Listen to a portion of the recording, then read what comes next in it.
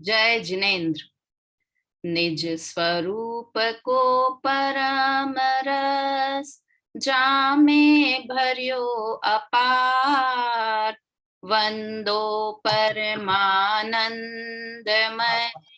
समय सारे अविकार। कुंद कुंद मुनि चंद्रवर, अम्बर चंद्र मुनीन्द्र। आत्मरसी बनारसी, वंदो पद अर। नाटक समयसार चल रहा है हमारा तीसरा द्वार, कर्ता कर्म और क्रिया द्वार। इस पर हम चर्चा कर रहे हैं। हमारे 8 तक के छंद हो गए हैं, 9वें छंद पर हम चर्चा कर रहे हैं। सीधे ही हम चर्चा प्रारंभ करते हैं, क्योंकि क्लास छोटी होती है, आगे नहीं बढ़ पाते हैं अपन, इसलिए सीधे ही 9वें छंद से चर्चा करते हैं। 8 तक के छंदों में जो दूसरी बात आई, उसके अलावा जो एक खास बात है कि कर्ता क्या, कर्म क्या और क्रिया किसे कहते हैं। कर्ता किसे कहते हैं ममता आंटी? कर्ता किसे कहते हैं? जो स्वयं करे उसको कर्ता कहते हैं। हाँ, जो स्वतंत्रता से करे उसे कर्ता कहते हैं। 3-4 परिभाषाएं बता रही हूं मैं, अपने को तीनों चारों याद रखनी है। पहली परिभाषा, जो स्वतंत्रता से करे उसे कर्ता कहते हैं। पूर्णिमा आंटी, और परिभाषा कल बताई थी पिछली क्लास में अपन ने, कर्ता किसे कहते हैं? परिणमन करना, परिणमन करना। हाँ, जो 7वें नंबर के छंद में आई थी ना परिभाषा, एक आई थी, कर्ता परिणामी द्रव्य। परिणमन करने वाला द्रव्य, जो अवस्थाएं पलट में अवस्थाएं होती है, ऐसा द्रव्य। अपन ने बात की ना, गुण पर्याय व द्रव्यम, तो जिसमें गुण और पर्याय होती है ऐसा द्रव्य, वो द्रव्य। 3 परिभाषाएं हो गई कर्ता की। पहली, जो स्वतंत्रता से करे उसे कर्ता कहते हैं। दूसरी, जो परिणमन करता है उसे कर्ता कहते हैं। और तीसरा, हमेशा द्रव्य है उसे कर्ता कहते हैं। ठीक है, ये 3 परिभाषाएं कर्ता की। इसके बाद है कर्म। कर्म किसे कहते हैं सुनीता आंटी? कर्म किसे कहते हैं? कार्य को, मोर आदेश के परिणामों को।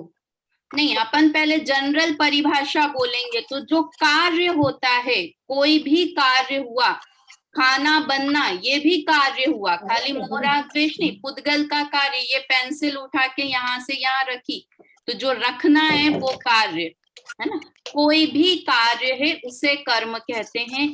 यहाँ पे कर्म अर्थात हमें वो वाला नहीं लेना है जो आप बोल रहे हो, मोराग्वेश, द्रव्य कर्म, भाव कर्म, नो कर्म वाला कर्म नहीं समझना है। अपन ने पिछली क्लास में भी बात की थी कि जहां पर कर्ता के साथ कर्म शब्द का प्रयोग होता है, तो वहां पे जो 6 कारक होते हैं ना, कर्ता, कर्म, करण, संप्रदान, अपादान, अधिकरण, वो वाला कर्म समझना चाहिए, है ना। कर्ता के परिणमन को कर्म कहते हैं, ऐसा आएगा क्या? हाँ, दूसरी परिभाषा वही बता रही हूं मैं। पहली परिभाषा तो जो किया हुआ कार्य है उसे कर्म कहते हैं। दूसरी, जो 6 नंबर के अपने छंद में जो परिभाषा आई थी कि अवस्था को कर्म कहते हैं, पर्याय को कर्म कहते हैं, है ना। क्या हुई? कर्म अवस्था। देखो इसमें है कर्म रूप परिणाम, 7वें नंबर के छंद में है, पहली लाइन, कर्ता परिणामी द्रव्य, कर्म रूप परिणाम, क्रिया परजय की फिरनी, वस्तु एक त्रय नाम, है ना। तो ये दूसरी कर्म क्या हो गया कि जो कर्ता जिसे प्राप्त करता है, कर्ता जिसे प्राप्त करता है उसे कर्म कहते हैं, या पर्याय को कर्म कहते हैं, है ना। और पर्याय को कर्म, और अपन अपनी बोलचाल की भाषा में बोलेंगे तो कार्य को कर्म कहते हैं। अपन कोई भी कार्य करते हैं उसे क्या कहते हैं? कर्म कहते हैं। अब तीसरा है क्रिया। 3-3 परिभाषाएं बता रही हूँ सबकी, मैं याद रखना, अपने को आगे भी फिर समझने में सरलता रहेगी।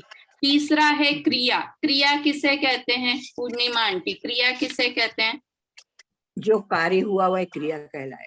नहीं, कार्य तो अलग चीज हुई, क्रिया अलग चीज हुई। क्रिया हाँ, कहते हैं पर्याय का रूपांतर होना। क्रिया किसे कहते हैं? पर्याय का पर्याय का। रूपांतर होना, या कहेंगे प्रोसेस। अपनी जो बोलचाल की भाषा में मेथड बोलते हैं ना, प्रोसेस।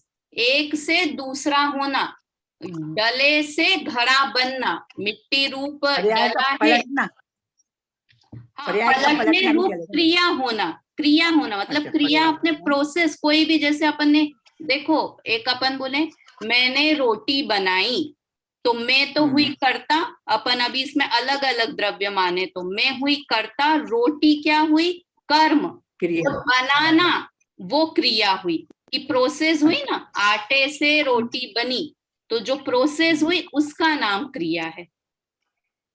लक्ष्मण ने रावण को मारा, तो मारने रूप जो क्रिया, मारने रूप क्रिया हुई, और रावण क्या हो गया? कर्म हो गया, और लक्ष्मण क्या? कर्ता हो गया। समझ में आ रहा है ना? प्रोसेस को क्रिया बोलते हैं। कोई भी काम की प्रोसेस, मम्मी समझ में आ रहा है ना?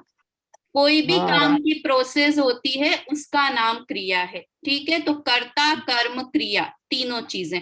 अब ये इसके आगे अपन जो 8वें 9वें छंद पे बढ़ रहे हैं ना, उसमें अब बहुत जो समझो समय सार का प्राण है वो वाली बात चल रही है अब ये 9वें नंबर के छंद से। तो अब इन पहले 9वें नंबर का छंद बोलते हैं। आज 9वां, 10वां, 11वां 3 छंद पे कोशिश करेंगे कि अपने तीनों छंद हो जाएं। पहले 9वां छंद बोलते हैं अपन। मैं शेयर करती हूँ, स्क्रीन पे भी दिखेगा तो अच्छा रहेगा।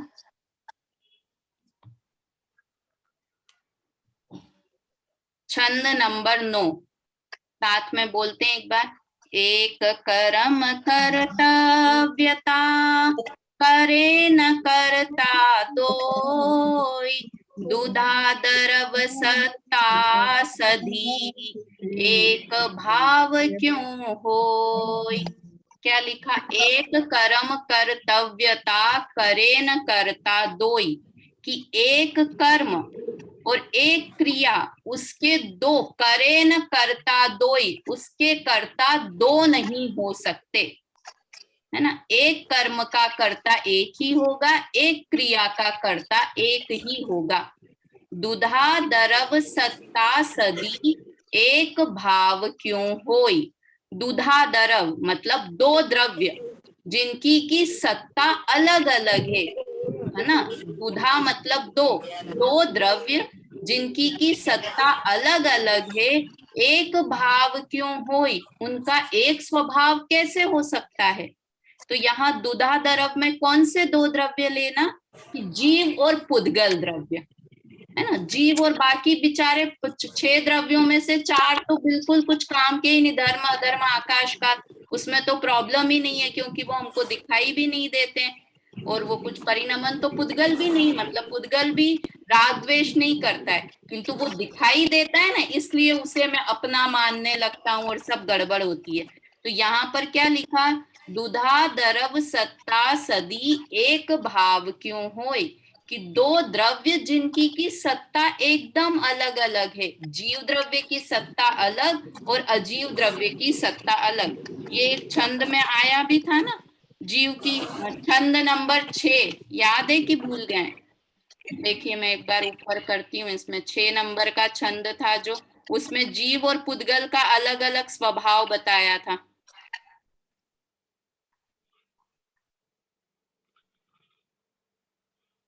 ये जीव दरब चिद्रूप सहज, पुद्गल अचेतन जड़, जीव अमूर्तिक मूर्तिक, पुद्गल अंतर बड़। यहाँ पर बताए थे ना, दोनों की सत्ता अलग अलग है। जीव जानने वाला है, पुद्गल जानता नहीं है, जड़ है। जीव अमूर्तिक है, पुद्गल मूर्तिक है। तो इस तरह से दोनों द्रव्यों की सत्ता अलग अलग है, तो दोनों का स्वभाव या कार्य एक कैसे हो सकता है, ऐसा इस 9वें नंबर के छंद में बताया। अभी अपन इसका 10वां छंद भी पढ़ेंगे तो और क्लियर होगा। एक बार इसका अर्थ और भावार्थ पढ़िए, सुशीला आंटी पढ़िए इसका अर्थ और भावार्थ 9वें नंबर के छंद का। एक कर्म की एक ही क्रिया में एक ही कर्ता होता है। दो नहीं होते। सो जीव पुद्गल की जब जुदी जुदी सत्ता है तब एक स्वभाव कैसे हो सकता है? भावांत, अचेतन कर्म का कर्ता व क्रिया अचेतन ही होना चाहिए। चैतन्य आत्मा जड़ कर्म का कर्ता नहीं हो सकता। देखो अब ये लाइन कितनी सरल सी है। अचेतन कर्म का कर्ता अचेतन ही होना चाहिए। अचेतन कर्म जहां भी आए अपने को कार्य समझना चाहिए। तो अचेतन कार्य हुआ, कुछ भी अचेतन का कार्य हुआ कि शरीर बहुत पतला हो गया। अब हम क्या करते हैं, मानते हैं पूर्णिमा आंटी कि अपने आप शरीर पतला हुआ, ये शरीर का नाम कर्म का ही काम है। नाम कर्म भी अचेतन है, जड़ कर्म है ना। तो मानते हैं, सोचते हैं, 1 मिनट में हम क्या मानने लगते हैं, हाय मैं दुबला हो गया। कोई दूसरा दुबला होगा, पतला होगा, तो हम उसको ज्ञान देने लग जाएंगे कि अभी तो अखरोट का हलवा खाया करो, बादाम का हलवा खाओ सर्दियों में तो बहुत ताकत आ जाएगी। मतलब ये अचेतन कार्य, कितने अचेतन कार्य होते हैं, जितने भी अचेतन कार्य हो रहे हैं, और उन सब का कर्ता कौन है? अचेतन ही होना चाहिए, है ना। वो जैसा कार्य हुआ है उसका कर्ता वैसा ही होना चाहिए। जैसे मिट्टी से घड़ा बना तो मिट्टी ही होनी चाहिए घड़े के अंदर, कुम्हार उस घड़े का कर्ता नहीं हो सकता है। जैसा कार्य हुआ है उसका कर्ता वैसा ही होगा। अचेतन रूप कार्य हुआ है तो अचेतन ही उसका कर्ता होगा, चेतन रूप कार्य होगा तो उसका कर्ता चेतन ही होगा। कितना मतलब इस अचेतन कार्य का कर्ता, इसमें अपन कितने उदाहरण लगा सकते हैं। अच्छा खाना बना तो क्या है? खाना बनना, खाना क्या है? जड़ है, तो उसका कर्ता कौन होना चाहिए? जड़ ही होना चाहिए, है ना। सारी अचेतन जितनी भी क्रियाएं हम सोचते हैं, हमने अच्छी पूजा बोली, किसी ने अच्छा भजन बोला, तो बोलना क्या हुआ? भाषा वर्गना। तो अचेतन कार्य हुआ तो उसका कर्ता अचेतन ही है। मानते हैं हम ऐसा? सोचने में भी नहीं आता। कोई पतला हुआ तो हम तो उसके सर पे चढ़ जाएंगे, अरे क्यों इतने पतले होते जा रहे हो, क्या हो गया, कैसे हो गया। और खुद हो जाए तो पूरा दिन वही कि मुझे क्या बीमारी हो गई है, मैं क्यों ऐसे होते जा रहा हूँ। क्या समझना है वहां पे कि अचेतन कार्य का कर्ता अचेतन ही है। पुद्गल अचेतन है, इसलिए पुद्गल का कर्ता अचेतन ही है। अगर ज्यादा से ज्यादा पुद्गल का कर्ता स्वयं पुद्गल ही है, और अगर एकदम सूक्ष्म से देखेंगे तो पुद्गल का कर्ता पुद्गल ही है, उस समय की उस रूप होने की योग्यता है। और अगर थोड़ा स्थूल कथन करेंगे तो नाम कर्म का उदय है। नाम कर्म पुद्गल कर्म है, जड़ कर्म है। तो नाम कर्म के कारण शरीर में कभी घुटने का ऑपरेशन हो रहा है, कभी बाल सफेद हो रहे हैं, कभी पतले हो रहे हैं, कभी मोटे हो रहे हैं, कितनी अवस्थाएं शरीर की होती है। तो अब अपने को हमेशा ध्यान रखना है, शरीर में कुछ अवस्था हो रही है तो उसका कर्ता कौन है? पुद्गल ही है। मेरे करने से मैं सोचूं कि मैं स्वस्थ रह जाऊं तो मेरे हाथ में नहीं है स्वस्थ होना। पुद्गल का परिणमन पुद्गल के आधार पर है, पुद्गल के हाथों में है, क्योंकि पुद्गल ही पुद्गल का कर्ता है ना। यहाँ लिखा ना, जो द्रव्य है उसका कर्ता वही द्रव्य हो सकता है। अचेतन कार्य हुआ है तो उसका कर्ता पुद्गल ही होगा। फिर क्या लिखा? चैतन्य आत्मा जड़ कर्म का कर्ता नहीं हो सकता।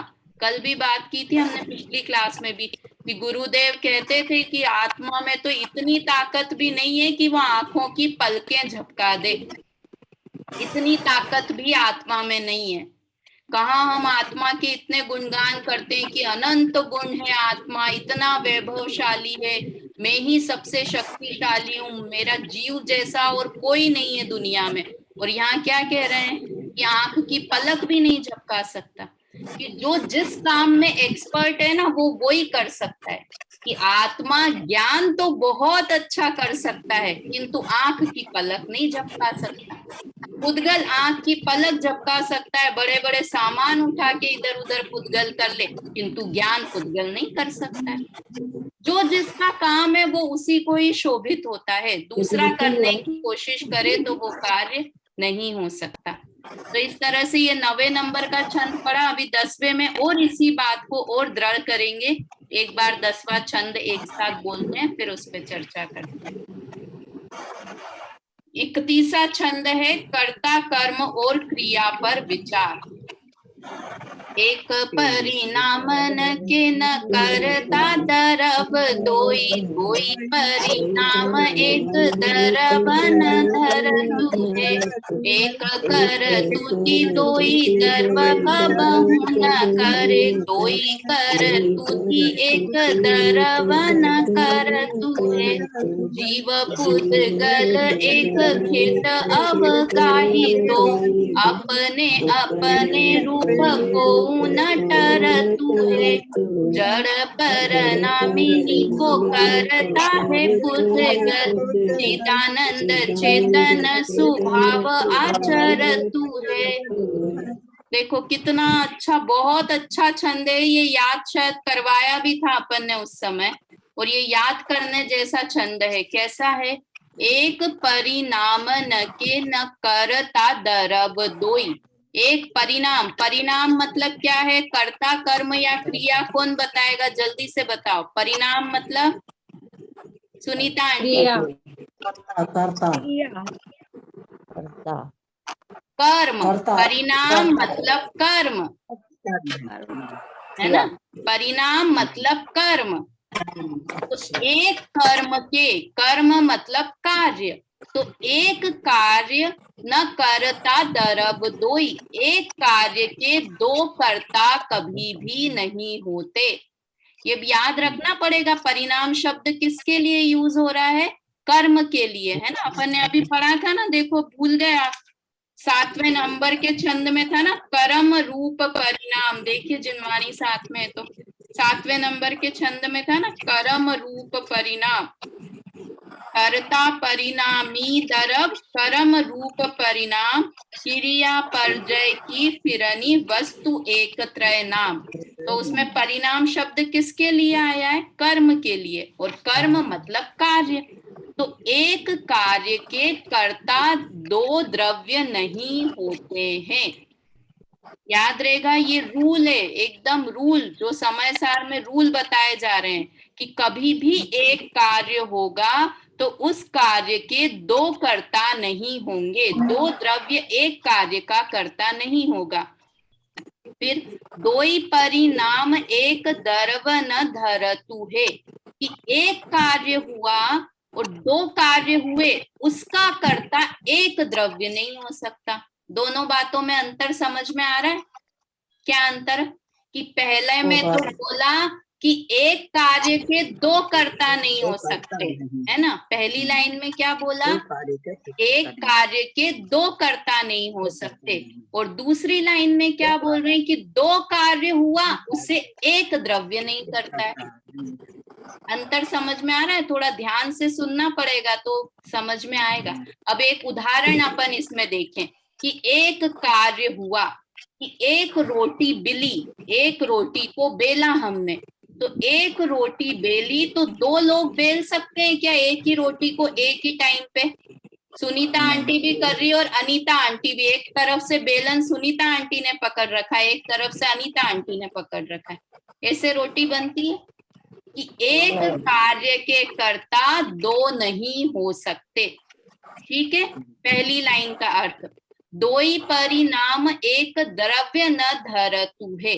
अब दो कार्य हुए और उस समय एक ही आदमी ने एक समय पे दो कार्य कर दिए।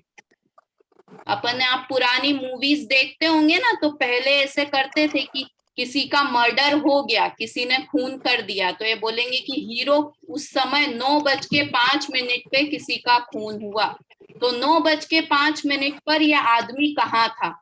तो किसी ने कहा ये तो दिल्ली में था, जयपुर में तो था ही नहीं आदमी। तो क्या कहेंगे? जब वो दिल्ली में कोई पार्टी में था तो उस समय वो किसी का खून जयपुर में नहीं कर सकता, है ना? कि दो परिणाम एक साथ एक ही द्रव्य नहीं कर सकता, कि वो पार्टी भी कर रहा है और खून भी कर रहा है। एक साथ दो काम नहीं कर सकता। तो ये दोनों लाइनों में अंतर समझ में आया। पहली लाइन में क्या बोला कि एक कार्य हुआ उसके दो कर्ता नहीं हो सकते, और दूसरी लाइन में बोल रहे हैं कि दो कार्य एक आदमी नहीं कर सकता। दो कार्य एक आदमी दो कार्य करे ऐसा नहीं होता। अच्छा, अब एक बात बताओ कि अपन तो बोलते हैं कि मैं ज्ञान भी करता हूँ, सुख भी करता हूँ, इस समय मुझे ज्ञान हो रहा है कि नहीं हो रहा है? कि ज्ञान में कर रहा हूँ, इस समय मेरा वीर्य गुण है कि नहीं है मेरे पास, वीर्य का कि कर रहा हूँ। तो फिर एक साथ दो काम कैसे हो गए पूर्णिमा आंटी? दो काम कैसे कर रहा हूँ? समय भेद रहता हूँ, पकड़ने में नहीं आता।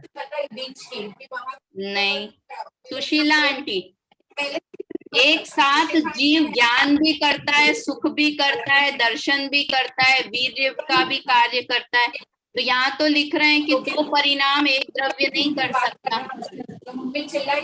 ये किसका आवाज म्यूट कर लो, किसका अनम्यूट हो रखा है? म्यूट कर लीजिए, बहुत आवाज आ रही है पीछे से। सुशीला आंटी बताइए। जीव ज्ञान भी करता है, दर्शन भी करता है, सुख भी, वीर्य भी, सब। और यहाँ पे क्या लिख रहा है कि दो परिणाम एक द्रव्य नहीं कर सकता है। तो इसका क्या मतलब है? अलग अलग गुण का कार्य अलग अलग है ना, तो एक साथ थोड़ी हो रहा है। नहीं, अपन तो द्रव्य की बात कर रहे हैं ना, एक द्रव्य एक हाँ, तो एक द्रव्य तो एक द्रव्य तो एक ही कार्य करेगा, एक गुण तो का फिर मैं परिणाम अभी एक रूप ज्ञान लेगा। कर रही हूँ, मुझे अभी ज्ञान हो रहा है, तो मुझे अभी सुख गुण है या नहीं है? मगर उसका कार्य नहीं हो रहा, ज्ञान गुण का कार्य हो रहा है। नहीं, एक गुण के सभी गुण एक साथ, ऐसा थोड़ी है कि मुझे अभी ज्ञान, एक समय में ज्ञान होगा केवल ज्ञानी को और दूसरे समय में सुख होगा, ऐसा थोड़ी होता है। वही समय पर, उसी समय पर सद्गुण एक साथ, सद्गुण एक साथ होते हैं। हाँ, सब गुण एक साथ होते हैं। पर यहाँ पे तो लिखा है कि एक परिणाम, दो परिणाम एक द्रव्य नहीं रखता है। इसका क्या मतलब हुआ फिर? पर्याय या हाँ, ममता आंटी बोल रही है क्लियर आवाज नहीं आ रही है, पर देखो इसमें है ना, ये लिखा है ना, दो ही परिणाम एक द्रव्य न धरतु है, इसमें कंडीशन अप्लाई ऐसा लगाना है कि कौन से दो परिणाम, कि दो द्रव्यों वाले दो परिणाम एक द्रव्य नहीं कर सकता है। दो द्रव्यों के जो दो अलग अलग, जैसे एक ही समय पर जीव ज्ञान भी करे और राग भी करे, ऐसा नहीं हो सकता। दो परिणाम हो गए, एक ज्ञान का परिणाम और एक ज्ञान का परिणाम और एक गुस्सा करने का परिणाम, है ना। तो यहाँ क्या कह रहे हैं, ऐसे कि मैं ज्ञान भी कर रहा हूं और गुस्सा भी कर रहा हूं, ऐसा नहीं हो सकता। समझ में आई बात?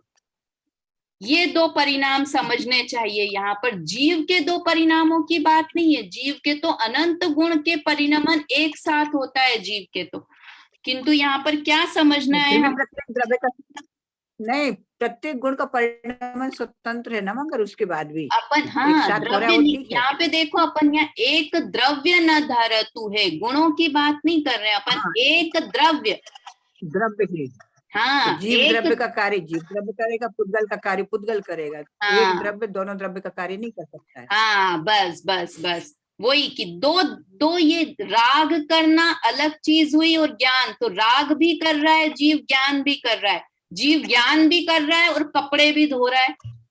दो काम जीव कर रहा है एक साथ, कि मैं कपड़े भी धो रही हूँ और कपड़े धोने का ज्ञान भी कर रही हूँ, ऐसा हो सकता है कि नहीं हो सकता है। जीव सिर्फ ज्ञान ही करेगा और कपड़ा धुलना ये पुद्गल का काम है। समझ में आया? जब मैं कपड़े धोऊं उसका भी मैं विकल्प का ज्ञान कर रहा हूं। यहाँ तो इतनी बात कहते हैं कि जो विकल्प हो रहा है ना, कि मैं कपड़े धोऊं, मैं खाना बनाऊं, मैं स्वाध्याय करूं, मैं पूजा करूं, ये विकल्प हो रहे हैं। इस विकल्प को भी जानने वाला जीव है। दोनों अलग अलग चीजें, क्रोध अलग चीज है और क्रोध का ज्ञान होना अलग चीज है, दोनों अलग अलग। समझ में आया? दो परिणाम एक द्रव्य कभी नहीं करता। पहली लाइन में क्या लिखा था कि एक कार्य के कर्ता दो नहीं होते, एक कार्य हुआ, गुस्सा होने रूप कार्य हुआ, क्रोध हुआ, राग हुआ, तो हम क्या बोलेंगे? राग जीव ने भी किया और राग पुद्गल ने भी किया। तो यहाँ कह रहे हैं ऐसा नहीं हो सकता, एक कार्य का कर्ता एक ही होता है, एक ही द्रव्य होता है। और दूसरी लाइन में लिखा कि दो परिणाम, दो कार्य होंगे, वो एक द्रव्य नहीं कर सकता। दो अलग अलग कार्य, दो द्रव्यों के अलग अलग कार्य हैं, वो एक द्रव्य नहीं कर सकता, कि है ना। ठीक है, अब आगे तीसरी लाइन में, एक करतूती दोई दर्व कब हूं न करे। अब करतूती का क्या मतलब होता है अनीता आंटी? करतूती मतलब, अनीता आंटी बताइए, करतूती मतलब? सुनीता आंटी? क्रिया। क्रिया, क्रिया। करतूती मतलब क्रिया, कि एक क्रिया कभी भी दो द्रव्य मिलकर एक क्रिया नहीं कर सकते, और दो क्रिया का कर्ता एक द्रव्य नहीं होता है। ठीक है, अब आगे क्या लिखा? जीव पुद्गल एक खेत अवगाही दोए दो, कि जीव और पुद्गल दोनों एक क्षेत्रावगाही हैं। हमको कंफ्यूजन ही किस लिए होता है कि मैंने कपड़े धोए, क्योंकि पुद्गल भी वहीं पर है, जीव भी उसी जगह पे, इसलिए हमको लगने लगता है कि मैंने कपड़े धो लिए, है ना। तो दोनों जीव और पुद्गल दोनों एक क्षेत्रावगाही हैं, अपने अपने रूप काउ न टरतु हैं, किंतु दोनों अपने अपने स्वभाव को नहीं छोड़ते हैं। जीव अपने स्वभाव को नहीं छोड़ता, पुद्गल अपने स्वभाव को नहीं छोड़ता। और कब से दोनों एक क्षेत्रावगाही हैं? कब से हैं दोनों एक क्षेत्रावगाही? अनादि से हैं। ऐसा नहीं है कि पहले जीव अलग था और पुद्गल अलग था, है ना।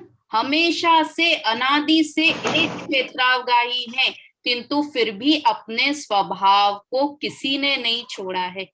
अपन बोलते हैं ना, साथ में रहो तो वैसे हो जाते हैं, अपन ऐसे नहीं बोलते हैं कि इतने साल में, पहले तो वो बहुत अच्छी थी, शादी के बाद किंतु उसका हस्बैंड ऐसा मिला तो 10 साल में वो भी इतनी प्राउडी हो गई अपने हस्बैंड जैसी, कि साथ में रहा तो उसका नेचर बदल गया। ऐसे बोलते हैं कि नहीं, कि जिसके साथ रहोगे वैसे हो जाओगे बिल्कुल।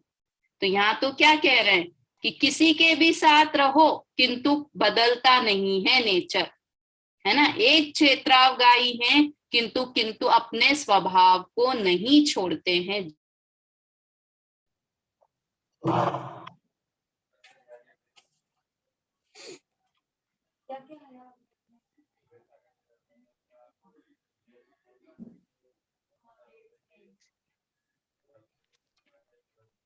क्लास बंद हो गई थी बीच में शायद।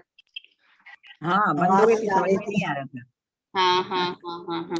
तो अपन क्या बात कर रहे थे कि जीव और पुद्गल दोनों एक क्षेत्रावगाही हैं, किंतु फिर भी दोनों ने अपने अपने स्वभाव को नहीं छोड़ा है।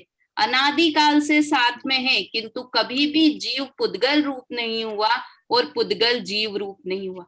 देखो, जीव और पुद्गल तो दो अलग अलग द्रव्य हैं, किंतु कभी ममता भाभी ऐसे टेंशन होती है कि हमारी साड़ी रखी हुई है अलमारी में और वहीं ज्वेलरी भी रखी हुई हो, तो बहुत दिनों से रखी हुई हो, तो कभी ऐसा नहीं हो जाए कि ज्वेलरी बदल के साड़ी बन जाए, कपड़ा बन जाए ज्वेलरी?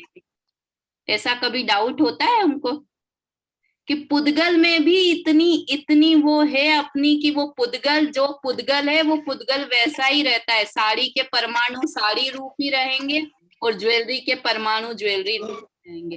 मिट्टी और सोना कितने समय से अंदर रहते हैं, साथ में रहते हैं, है ना। कभी भी मिट्टी सोने रूप नहीं हो जाती। पुराने जमाने में तो सोना अंदर रख देते थे ना, मिट्टी के अंदर दबा के रख देते थे, ये हमारे बच्चे बच्ची इसको उपयोग करेंगे।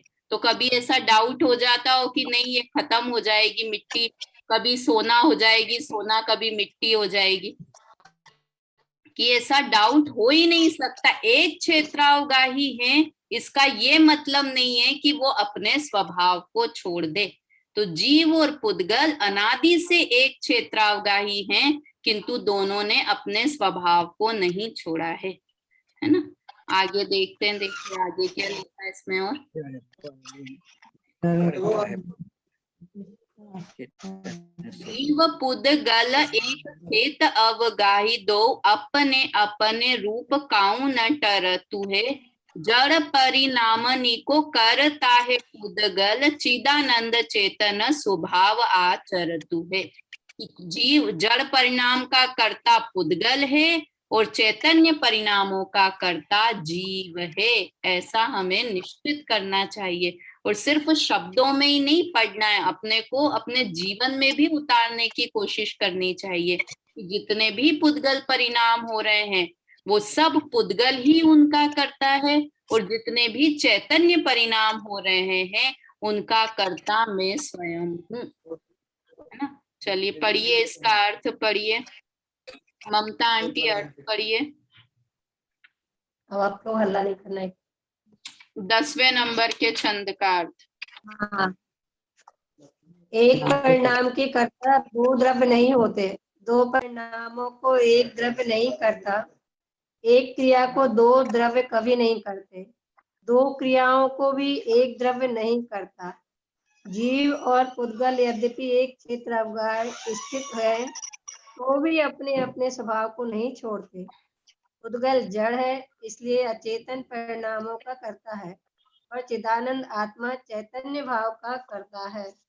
हाँ, देखो ये कितना, पुद्गल जड़ है इसलिए जड़ परिणाम का करता है, और आत्मा चेतन है इसलिए चैतन्य परिणामों का करता है। इतना सरल काम है और हमने कितना कठिन बना दिया है। क्यों बना दिया है? कि मिथ्यात्व के कारण, उल्टी मान्यता के कारण। देखो अगला छंद ही वही है कि मिथ्यात्व और सम्यक्त्व का स्वरूप। हम इतनी बड़ी भूल क्यों कर रहे हैं? हमको समझ में आ रहा है, पढ़ भी रहे हैं हम कि जड़ परिणामों का कर्ता पुद्गल है, चैतन्य परिणामों का कर्ता आत्मा है, किंतु फिर भी उसको मानने को क्यों नहीं तैयार है। अभी उठेंगे और हे राम बहुत कमर दर्द हो रही है ना। ये कमर दर्द कैसे मिटे? मैं ऐसे नीचे बैठ गई थी इसलिए मुझे कमर दर्द हो रहा है, मुझे सर दर्द हो रहा है। तो यहाँ पर देखो बता रहे हैं कि क्यों हम इस मान्यता को नहीं छोड़ पा रहे हैं, कि मिथ्यात्व के कारण। और वो मिथ्यात्व कैसा है, उसका स्वरूप इस 11वें छंद में बता रहे हैं। एक बार साथ में बोलते हैं 11वें नंबर का छंद। महाडीठ दुख को बसीट दर पर द्रव्य रूप अंधकूप, काहू पे निवार्यो नहीं गयो है। ऐसो मिथ्या भाव लाग्यो जीव को अनादि, को याही अहम बुद्धि लिए नाना भांति भयो है। काहू समय काहू को मिथ्यात्व अंधकार भेदी, ममता उच्छेदी शुद्ध भाव परिणयो है। तिनहि विवेक धारी बंधे को विलास टारी, आत्म सकति सो जगत जीत लयो है। देखो इसमें मिथ्यात्व का भी स्वरूप और सम्यक्त्व का भी स्वरूप बता रहे हैं कि मिथ्यात्व कैसा है, महाढीठ है। ढीठ किसको बोलते हैं? किसको बोलते हैं ढीठ? बच्चे को बोलते हैं ना, कोई बच्चे हो गए ढीठ बच्चा है ये तो। हाँ म्यूट कर लीजिए, म्यूट किसका अनम्यूट है, म्यूट कर लो अपने आप को।